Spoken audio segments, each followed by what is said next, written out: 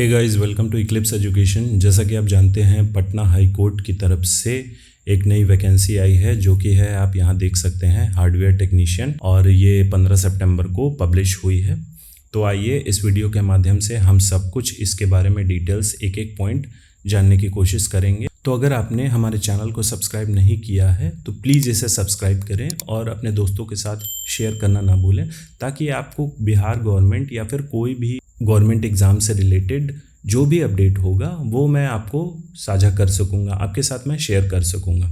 तो सबसे पहले यहाँ देखा जा सकता है, ये दिया गया है इस पेज में डिटेल एडवर्टीजमेंट है जो हम देखेंगे अभी, और image and document upload instruction, मतलब कि इमेज और डॉक्यूमेंट का क्या साइज़ वगैरह होना चाहिए, ये सब दिया गया है। How to apply online application form, ये सब रजिस्टर करने का, तो ये सब हम आगे देखेंगे। सबसे पहले हम लोग देखते हैं डिटेल एडवर्टीजमेंट जो कि है इस पोस्ट के रिगार्डिंग। तो चलिए हम लोग देखते हैं। ये रहा एडवर्टीजमेंट। इसमें देखा जा सकता है पीएससी जो कि है पटना हाई कोर्ट, और एडवर्टीजमेंट संख्या है 1/2023, और ये है आपका submission of online application form जो कि 15 सितंबर से शुरू हुआ है और 30 सितंबर तक ये लास्ट डेट है इसका एप्लीकेशन को अप्लाई करने का। और जो आपका फ़ी पेमेंट है वो 2 अक्टूबर तक आप कर सकते हैं। इसमें आगे हम लोग देखते हैं कि कितने नंबर ऑफ़ पोस्ट है, जो कि दिया गया है आपका टोटल 14 पोस्ट है, जो कि है hardware technician Patna high court में। इस जॉब का नेचर जो है ये है आपका प्योरली कॉन्ट्रैक्ट बेसिस, मतलब कि ये रेगुलर जॉब नहीं है, कॉन्ट्रैक्ट बेसिस है। और कॉन्ट्रैक्ट जो है यहाँ दिया गया है, कॉन्ट्रैक्ट शैल बी टर्मिनेबल, मतलब कि इसको बीच में भी टर्मिनेट किया जा सकता है, जो कि यहाँ दिया गया है terminable during the contract period. तो ये हम आगे इस एडवर्टीजमेंट में देखेंगे कि ये कॉन्ट्रैक्ट पीरियड है कितने महीने का, लेकिन यहाँ दिया गया है कॉन्ट्रैक्ट पीरियड 1 मंथ नोटिस, मतलब कि कॉन्ट्रैक्ट जो है वो आपका टर्मिनेट बीच में किया जा सकता है किसी खास कैंडिडेट का, या फिर हो सकता है पूरे कैंडिडेट का। जो 14 पोस्ट उन्होंने हायर किया पटना हाई कोर्ट, सबका कॉन्ट्रैक्ट आपका बीच में टर्मिनेट किया जा सकता है। उनको टर्मिनेट करने के पहले 1 महीने का नोटिस दिया जाएगा। तो ये तो बात की बात है। आइए हम लोग देखते हैं इस पोस्ट के डिटेल्स, जो कि है हार्डवेयर टेक्नीशियन, और इसमें टोटल नंबर ऑफ पोस्ट है 14। अब सबसे जो इम्पोर्टेंट पोस्ट है कि इसमें कौन कौन से कैंडिडेट अप्लाई कर सकते हैं। तो यहाँ दिया गया है minimum qualification and experience, and है यहाँ पे, मतलब कि एक्सपीरियंस भी ज़रूरत है, मतलब ये एक्सपीरियंस मैंडेटरी है। तो यहाँ देखा जा सकता है बेसिकली ये आईटी ग्रेजुएट के लिए है, BSc computer science, BSc electronics, या फिर बीसीए, या फिर बीएससी आईटी, जो भी, अगर इन दोनों में से कोई भी आपने किया है, या फिर इसके इक्विवेलेंट। तो इक्विवेलेंट कहने का मतलब ये सब एक डिग्री कोर्स है, 3 साल का ये कोर्स है, एक ग्रेजुएट कोर्स है। तो अगर इसके इक्विवेलेंट आपने कोई और किया है, जैसे कि आपका बीटेक है कंप्यूटर साइंस या फिर इलेक्ट्रॉनिक्स से, तो वो भी अप्लाई कर सकते हैं। ये आगे मैं 1-2 वीडियो में जो मैं आगे लाऊंगा उसमें मैं क्लियर कर दूंगा, 1-2 दिन में ही ले आऊँगा। और सबसे ज़रूरी यहाँ दिया गया है एक्सपीरियंस, जो कि 2 साल का आपको चाहिए मेंटेनेंस ऑफ हार्डवेयर, मतलब हार्डवेयर मेंटेनेंस में आपको एक्सपीरियंस, ऑथेंटिक एक्सपीरियंस, वो एक्सपीरियंस लेटर वो मांगेंगे। ऐसा नहीं कि आपने मेंशन कर दिया, फॉर्म भरते वक्त आपसे पूछा जाएगा कि हाँ किस डिपार्टमेंट में आपने मेंटेनेंस दिया है 2 साल का, तो ये आपको वो शायद सर्टिफिकेट भी अपलोड करना होगा। और दूसरा जो सबसे इम्पॉर्टेंट चीज़ है, इसमें सैलरी क्या है। तो सैलरी ये एक्चुअली जब ये कॉन्ट्रैक्चुअल जॉब है तो इसमें सैलरी नहीं होता है, कंसोलिडेटेड रेम्यूनरेशन होता है, जिसको जो हम लोग बोलते हैं सैलरी में। बेसिकली होता क्या है, वो एक रेगुलर जॉब में होता है, उसमें आपका बेसिक पे प्लस एचआरए, डीए, पीएफ, ये सब कुछ मिलता है। बट इसमें आपको ऐसा कुछ नहीं मिलेगा। इसमें आपको एक बार ही 25,000 रुपया दिया जाएगा, और इसके अलावा कोई भी बेनिफिट नहीं मिलेगा, मतलब मॉनेटरी बेनिफिट। अब हम देखते हैं cut off date for attaining minimum qualification and experience, जो है 1/1/2023, मतलब 1/1/2023 के पहले ये जो डिग्री ऊपर दिया गया है ये आपका कंप्लीट होना चाहिए। ऐसा नहीं कि आपका अपेयरिंग है और वो जून या जुलाई में, मतलब 1 जनवरी 2023 के बाद अगर आपने कंप्लीट किया है तब आप एलिजिबल नहीं हैं, आपका फॉर्म रिजेक्ट हो जाएगा, आपके पैसे भी बर्बाद हो जाएंगे। तो आप मत, अगर 1 जनवरी 2023 के पहले अगर आपका ये सब, इन सब डिग्री में से कोई कंप्लीट है, तब आप इसको अप्लाई करिएगा। और जाहिर सा बात है, जब एक्सपीरियंस 2 साल का है तब आप 1 जनवरी के बाद कहाँ से कर सकते हैं। तो खैर ये तो अलग बात हुई। कैटेगरी वाइज हम लोग पोस्ट देखते हैं, वो क्या पोस्ट है। अनरिजर्व में आपका 6 पोस्ट दिया गया है, शेड्यूल कास्ट में 2 पोस्ट है, शेड्यूल ट्राइब में 0, कोई भी पोस्ट नहीं है। ईबीसी में आपका 3 पोस्ट है, बैकवर्ड क्लास में 2, और EWS में 1, जो कि दिया गया है टोटल नंबर ऑफ 14 पोस्ट। अब यहाँ दिया गया है horizontally reserve post for women. Horizontally reserve post कहने का मतलब कि ये अगर कोई कैटेगरी है तो उस कैटेगरी में टोटल नंबर ऑफ पोस्ट ये है 6। इस 6 में से 2 पोस्ट वुमेन के लिए रिजर्व्ड है। ऐसा नहीं कि 6+2, 6 में से 2 पोस्ट वुमेन के लिए रिजर्व्ड है। तो टोटल आप देख सकते हैं कैटेगरी वाइज, और टोटल पोस्ट जो वुमेन के लिए 14 में से जो वुमेन के लिए रिजर्व पोस्ट है वो है 5। और एक और चीज़ यहाँ दिया गया है 14 पोस्ट जो है यहाँ दिया गया है, इसमें से हॉरिजॉन्टली मतलब हर कैटेगरी में 1 पोस्ट आपका ऑर्थोपेडिकली हैंडीकैप्ड कैंडिडेट्स के लिए रिजर्व्ड किया गया है। तो ये तो हो गया आपका रिजर्वेशन और नंबर ऑफ पोस्ट। अब एग्जामिनेशन फ़ी हाई कोर्ट है तो इसका एग्जामिनेशन फ़ी ज़्यादा ही होगा। ये है आपका unreserve BC, EBC, EWS candidates के लिए 1100 और SC, ST और ऑर्थोपेडिकली कैंडिडेट्स के लिए 550 रुपये। अब हम देखते हैं एज लिमिट। यहाँ एक पॉइंट है एज लिमिट, इसमें दिया गया है आपका मैक्सिमम एज लिमिट EWS और अनरिजर्व के लिए 37 है, EWS फीमेल के लिए 40 ईयर्स है, BC, EBC male and female के लिए 40 ईयर्स है, SC, ST male and female के लिए 42 ईयर्स, और ऑर्थोपेडिकली हैंडीकैप्ड जो कि हर कैटेगरी में अगर कोई कैंडिडेट हैं हैंडीकैप्ड तो उनको 47 ईयर्स तक मैक्सिमम एज लिमिट दिया गया है।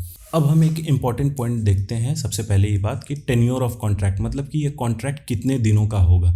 तो यहाँ दिया गया है इनिशियली शुरू में जो ये होगा 6 महीने का होगा कॉन्ट्रैक्ट, और ये विच मे बी एक्सटेंडेड, ये दिया गया है which may be extended for further period which shall be decided by the honourable high court from time to time. मतलब कि शुरुआत जो होगा पहले आप 6 महीने के लिए आपका कॉन्ट्रैक्ट पीरियड होगा, फिर ये एक्सटेंड हो भी सकता है नहीं भी हो सकता है। यहाँ दिया गया है ये हाई कोर्ट डिसाइड करेगी, मतलब उनके रिक्वायरमेंट और परफॉर्मेंस जो भी कैंडिडेट्स इसमें रिक्रूट होंगे, जो 14 पोस्ट हैं उस पर कैंडिडेट रिक्रूट होंगे, उनके परफॉर्मेंस पे और उनका रिव्यू होगा। मतलब कि उनका निरीक्षण किया जाएगा कि वो काम कर रहे हैं या नहीं कर रहे हैं, उनका काम सेटिस्फैक्ट्री है या फिर नहीं है, उनको इवैल्यूएट किया जाएगा, और उनके परफॉर्मेंस पे उनका जो कॉन्ट्रैक्ट पीरियड जो है वो आपका एक्सटेंड हो भी सकता है नहीं भी हो सकता है, और बीच में टर्मिनेट भी किया जा सकता है। यहाँ दिया गया है, आप देखिए नेक्स्ट पॉइंट में, provided that tenure of engagement में बी एक्सटेंडेड, बढ़ाया जा सकता है, घटाया जा सकता है, या फिर टर्मिनेटेड बिफोर इट्स एक्सपायरी, मतलब 6 महीना के पहले ही उनका जो कॉन्ट्रैक्ट पीरियड है वो ख़त्म किया जा सकता है। At the instance of honourable chief justice, मतलब कि अगर चीफ जस्टिस ने बोला कि हाँ इस कॉन्ट्रैक्चुअल एम्प्लॉयज़ को टर्मिनेट करो, इनका जो टेन्योर है उनको ख़त्म करो, तो वो हो सकता है नो क्वेश्चंस आस्क्ड, क्योंकि ऑनरेबल चीफ जस्टिस हैं भैया, वो बोलेंगे तो फिर। अब हम लोग नेक्स्ट देखते हैं मोड ऑफ सिलेक्शन, कैसे होगा सिलेक्शन। मतलब इसमें कोई एग्जामिनेशन नहीं होना है, इसमें होगा eligible shortlisted candidates will be required to appear in an interview on a particular date as notified on the court's website. इसका मतलब ये है कि इसमें एग्ज़ाम नहीं होगा, आपको फॉर्म भरवाया जाएगा और आपके एजुकेशनल क्वालिफिकेशन और एक्सपीरियंस को इवैल्यूएट किया जाएगा, और उसमें से कैंडिडेट को शॉर्टलिस्ट किया जाएगा। और जो भी कैंडिडेट शॉर्टलिस्ट होते हैं, यहाँ दिया गया है the list of shortlisted candidates called for interview shall be uploaded on the website of the court. मतलब कि जो भी एप्लीकेंट, सपोज करिए कि इस पे 5000 लोग ने अप्लाई किया और उन्हें बेसिकली इंटरव्यू में जो भी पोस्ट है उससे 3 गुना कैंडिडेट को बुलाते हैं, तो 3 गुना कैंडिडेट का जो भी शॉर्टलिस्टेड कैंडिडेट होगा उनका जो लिस्ट है, जो कैंडिडेट शॉर्टलिस्ट हैं उनका लिस्ट वेबसाइट पे अपलोड कर दिया जाएगा विथ डेट की इस डेट में आपका इंटरव्यू है। और इंटरव्यू के दौरान आपको क्या क्या डॉक्यूमेंट्स ले जाना है, original marksheet, educational certificate, experience certificate जो कि बहुत ज़रूरी है, और फिर any other relevant testimonials along with 2 colour photographs at the time of the interview. मतलब कि अगर आपने एक्सपीरियंस के अलावा और अपने ग्रेजुएशन डिग्री जो कि टेक्निकल डिग्री है उसके अलावा आपने अगर कोई और सर्टिफिकेशन किया है तो आप उसे भी ले जा सकते हैं, आपके इंटरव्यू में वेटेज मिलेगा। अब हम लोग देखते हैं रिजर्वेशन जो है कैटेगरी वाइज किस बेसिस पे किया गया है। तो शेड्यूल कास्ट को 16% का रिजर्वेशन है, शेड्यूल ट्राइब में 1%, EBC को 18%, बैकवर्ड क्लास को 12% और EWS को 10%। और दूसरा चीज़ horizontal reservation for women and orthopedically handicapped candidates यहाँ दिया गया है। मतलब कि हर कैटेगरी में आपका 35% रिजर्वेशन वुमेन को दिया गया है और 4% आपका फिजिकली हैंडीकैप्ड कैंडिडेट्स को। अब जो एक इम्पॉर्टेंट चीज़ है वो हमें जानना है job description, roles and responsibility. मतलब कि ये हार्डवेयर टेक्नीशियन है, उनका क्या जॉब होगा, क्या रोल होगा, क्या रिस्पॉन्सिबिलिटी होगा, इसमें हम एक एक करके ये देखते हैं। इसमें इस एडवर्टीज़मेंट में और कुछ ऐसा कुछ बताने को नहीं है। इस वीडियो के माध्यम से जो इम्पोर्टेंट पॉइंट है मैं वही बता रहा हूँ।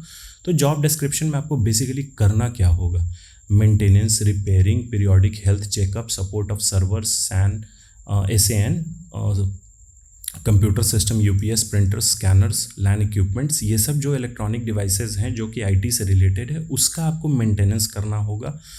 और बहुत सारे यूनिट्स हैं, वीडियो वॉल्स हैं, वीडियो कॉन्फ्रेंसिंग इक्विपमेंट्स हैं, और फिर उसके बाद जो इंस्टॉल होया हुआ है, मतलब हाईकोर्ट में ये सब चीज़ जो इंस्टॉल हुआ है उसका मेंटेनेंस करना है। और जो भी स्टॉक में रखा हुआ है, जैसे हर डिपार्टमेंट अपने इक्विपमेंट्स जो होता है, जैसे प्रिंटर के कार्ट्रिज हो गया, प्रिंटर पेपर हो गया, मॉनिटर हो गया, रैम हो गया, जो भी वो IT से रिलेटेड है, राउटर हो गया या फिर केबल हो गया आपका लैन केबल, वो अगर स्टॉक में रखा गया है तो पटना हाई कोर्ट में, तो उसका आपको देखभाल करना है। दूसरा चीज़, पटना हाई कोर्ट में फिर ऑनरेबल जज के रेसिडेंस का भी आपको इलेक्ट्रॉनिक जो कि IT से रिलेटेड है उसका आपको मेंटेनेंस और ये सब चीज़ देखना है। मतलब जो भी इक्विपमेंट्स इन सब में है वो जजेस के रेसिडेंस का, और residence of officers of registry, मतलब रजिस्ट्री के ऑफिसर्स हैं उनके भी रेसिडेंस का आपको मेंटेनेंस करना है IT इक्विपमेंट्स के। दूसरा पॉइंट हम देखते हैं maintenance of laptop, printer, other digital accessories, जो कि जुडिशियल ऑफिसर्स को प्रोवाइड किया जाता है और वो वारंटी में नहीं है, और फिजिकल डैमेज अगर हो गया है या फिर बर्न यहाँ दिया गया है, जल गया है और वो वारंटी में कवर नहीं है, तो वो भी आपका जिम्मेदारी है, आपका रोल और रिस्पॉन्सिबिलिटी है कि उसको आप ठीक करें। तीसरा है maintenance of digital stock register of all hardware items. मतलब कि जैसा मैंने बताया था कि डिजिटल स्टॉक मेंटेन होता है, पहले तो कॉपी किताब में रजिस्टर में किया जाता था, बट अब सारा कुछ जो स्टॉक है वो आपका डिजिटली किया जाता है, तो उसका आपको स्टॉक भी मेंटेन करना है डिजिटली। चौथा पॉइंट है day to day call register आपको मेंटेन करना है। डिजिटल बेसिकली होता है, जो अटेंडेंस आप बहुत सारे ऑफिसेज में देखते हैं, आपको थंब से पंच करना होता है अपना अटेंडेंस लगाने के लिए, तो उसका भी आपको डेटा वगैरह मेंटेन करना है। और डिस्पोज्ड और एक्शन टेकन, जो भी मतलब कॉल्स वगैरह हैं और इन सब टाइप के अटेंडेंस या फिर बायोमेट्रिक वगैरह है, इन सब का आपको मेंटेनेंस देखना है। पांचवा है maintenance of server room, UPS room, और दूसरा IT रिलेटेड रूम है, जो भी आपका अगर कोई लैब वगैरह है तो उसका भी मेंटेनेंस जो कि नेटवर्क से रिलेटेड होता है, और हार्डवेयर भी है उसमें, तो सारा चीज़ आपको मेंटेनेंस देखना है। Visiting call sites as and when required, मतलब कि ये दिया गया है हाईकोर्ट के प्रेमिसेस में, हाईकोर्ट के कंपाउंड में जो भी आपका IT इक्विपमेंट्स है उसका तो मेंटेनेंस करना है। और कॉल साइट्स कहने का मतलब कि अगर कोई ऑनरेबल जज के रेसिडेंस या फिर वो कहीं गए हैं, लैपटॉप कैरी कर रहे हैं, या फिर आपका रजिस्ट्री ऑफिसर्स हैं वो लैपटॉप कैरी कर रहे हैं और किसी जगह पे उनका ख़राब हो गया, वो सही से काम नहीं कर रहा है, तो माइट भी आपको वहाँ जाना पड़े, जैसा यहाँ दिया गया है, visiting call sites as and when required. और लास्ट है any other work as and when assigned, तो ये तो आपको ज्वाइन करने के बाद ही पता चलेगा कि कौन सा काम आपको असाइन किया जाता है, तो वो आपको करना होगा।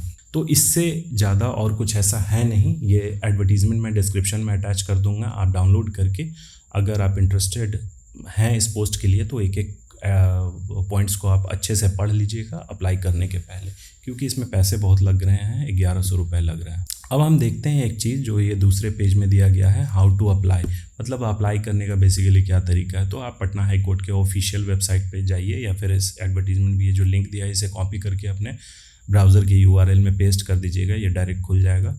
उसमें हार्डवेयर टेक्नीशियन इंगेजमेंट, जो कि मैंने अभी वीडियो के स्टार्टिंग में क्लिक किया था, उस पर आप क्लिक करिए, उसमें आप अप्लाई ऑनलाइन पे जाइए, रजिस्टर करिए। रजिस्टर में बेसिक डिटेल्स आएगा, आपका नाम, फादर्स नेम, यही पर्सनल डिटेल्स होता है, mobile number, email ID, authentic email ID आप दीजिएगा, ताकि क्योंकि उसी पे आपका यूज़र आईडी पासवर्ड आएगा, और mobile number, working mobile number, उसी पे आपका OTP भी जनरेट होगा। उसके बाद आपको यूज़र आईडी और पासवर्ड मिल जाएगा। रिसेंटली पटना हाई कोर्ट के असिस्टेंट का वैकेंसी आया था तो बहुत सारे कैंडिडेट ने उसमें अप्लाई किया है, तो ये चीज़ बेसिक है, सबको पता होगा। अगर आप चाहते हैं कि फॉर्म कैसे भरा जाए, उस पर कोई स्पेसिफिक वीडियो बनाए तो आप कमेंट करके बताइएगा, मैं बना दूंगा। तो इसमें इससे ज़्यादा और कुछ ऐसा इंपॉर्टेंट तो मुझे लगा नहीं। ये सब डॉक्यूमेंट है, क्या क्या डॉक्यूमेंट आपको चाहिए, फ़ोटोग्राफ है, स्कैन सिग्नेचर है, मैट्रिकुलेशन 10th और सर्टिफिकेट और मार्कशीट है, एसेंशियल क्वालिफ़िकेशन जो कि शुरू में मैंने बताया था BSc IT, BCA या फिर आपका BSc इलेक्ट्रॉनिक्स है, तो वो सब आप लगाना होगा, सर्टिफिकेट, मार्कशीट और डोमिसाइल सर्टिफिकेट। अगर आप बिहार के हैं तो अब तो आपको डोमिसाइल लगाना होगा, और अगर आप नहीं हैं तो लगाने की ज़रूरत नहीं। कास्ट कैटेगरी सर्टिफिकेट अगर आप रिजर्वेशन सीख कर रहे हैं तो आपको लगाना होगा, और रेलिवेंट डॉक्यूमेंट्स जो कि मांगा जाएगा। तो इसी तरीके के अपडेट पाने के लिए हमारे चैनल इक्लिप्स एजुकेशन के साथ बने रहिए, और हमारे टेलीग्राम चैनल भी है, उस पर भी आप ज्वाइन कर सकते हैं, मैं डिस्क्रिप्शन में लिंक प्रोवाइड कर दूंगा। तो हमारे चैनल को सब्सक्राइब, लाइक, शेयर और कमेंट करना ना भूलें। Thank you.